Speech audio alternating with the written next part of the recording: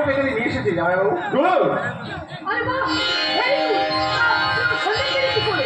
আর বলিস দিদি, গ্যারেজ থেকে গাড়ি সারিয়ে নিচে চালিয়ে বাড়ি ফিরছি এমন সময় উনি এসে পড়লেন একদম আমার গাড়ির সামনে।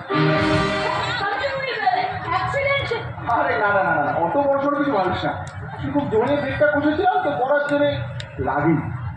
তোমার কোনো চোট লাগেনি তো? ছোটবেলা থেকে রোদে পুরো বৃষ্টি থেকে বড় হয়েছি, গ্রামের পুকুরে একবারে দাপিয়ে বেরিয়েছি, মাঠের এ প্রান্ত থেকে আমরা তো ছুটে বেরিয়েছি, ইস্পাত হয়ে গেছে, তাই আমার না খুব একটা লাগে না। তুমি কি করো? কিছুই না, ধরো করে বলতে পারেন। তা ওনার মুখে শুনলাম আপনি নাকি আমার খোঁজ করছেন।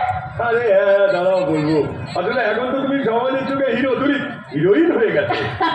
তা বলতে পারবো না, তবে এইটুকু বলতে পারি যে অন্যায় দেখলে আমি নিজেকে ঠিক রাখতে পারি না, আর যে অন্যায় করে তাকে আমি ছাড়ি না, আর এই ন্যায় অন্যায় যুদ্ধে আমি কখনো হারি না।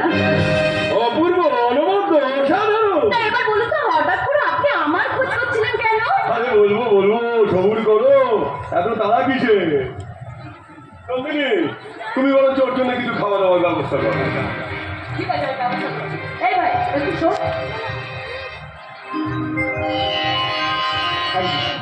হ্যাঁ, বলছিলাম যে ওই আমার ভাইকে কি শুধু ওই গাড়িতেই অ্যাক্সিডেন্ট হয়েছে, নাকি ওই মনের সঙ্গে মন এও মানে ওই অ্যাক্সিডেন্টটা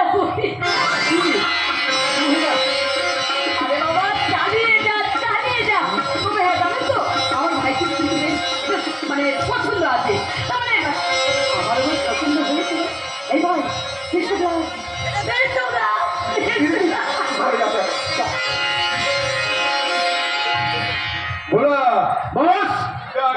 কাছ থেকে কিছু টাকা নিয়ে ওর জন্য কিছু ভালো ভালো ড্রেস আর অবশ্যই কিছু ভালো মিষ্টি নিয়ে আসা। ওকে বস, আমি এক্ষুনি যাচ্ছি। তোমার মধ্যে বেশ একটা আগুন আছে, তোমাকে আমার ভীষণভাবে প্রয়োজন, কিন্তু আজ প্রথমবার আমার বাড়িতে এসছো, খাওয়া দাওয়া করো, আড্ডা টাড্ডা মারো, কাজের কথা না হয় পরেই হবে। বিশ্রাম নেওয়ার উপায় নেই দাঁড়াবো, কারণ আজকে আমাকে আমার দেশের বাড়ি যেতে হবে, তাও আবার আজই। সেই সবুজে ঘেরা গ্রাম আমার শীতলপুর, সেখানে আমার বাপকে বললে কি অপেক্ষাটা করছে। শীতলপুর সে তো আমারও দেশের বাড়ি,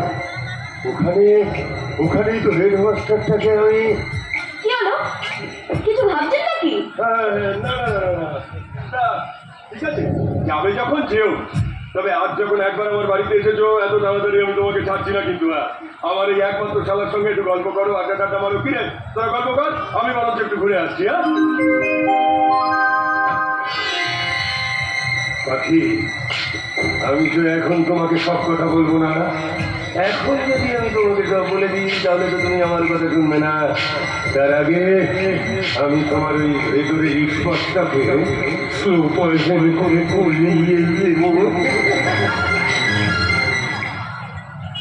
কি ব্যাপার বলুন তো জগন বাবু, আপনার জামাই বাবু হঠাৎ করে আমার এত খাতির যত্ন শুরু করে দিলেন কেন?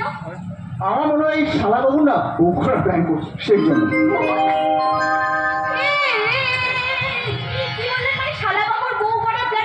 বলছি সব তোমায় বুঝিয়ে বলছি।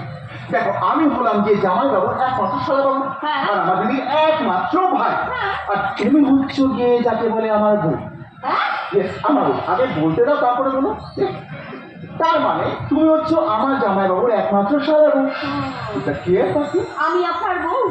আমার বউ। মাথাটা গেছে নাকি? না একদম না।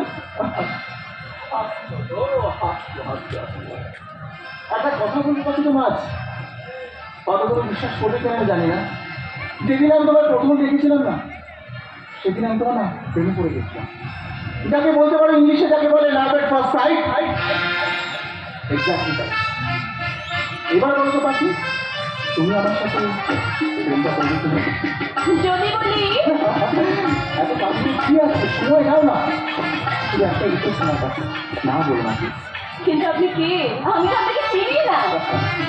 আমি আচ্ছা ধরে নাও যে আমি একজন খুবই সাধারণ একজন মানুষ, মা না খুব সম্পূর্ণ একজন সাধারণ মানুষ, ন্যায় অন্যায় বিচারপতি সম্পূর্ণ একজন মানুষ, যে অন্তত তোমাদের সব পথে রোজগার করে তোমাকে দুবেলা দুমুঠো সত্য ভাত খাওয়াতে পারে। দেখো পাখি, আমি জানি না যে তুমি কোথা থেকে এসেছো, আমি জানি না যে তুমি কে, কিন্তু একটা কথা মাথায় রেখো পারো, আমি কোনোদিন তোমার ব্যক্তির স্বাধীনতায় হস্তক্ষেপ করবো না। আমি কোনোদিন তোমায় বলবো না যে তুমি ওই এক মাথা ঘুমটা দিয়ে হাতে শাখা গলা পরে ঘরে কোণে বসে থাকো।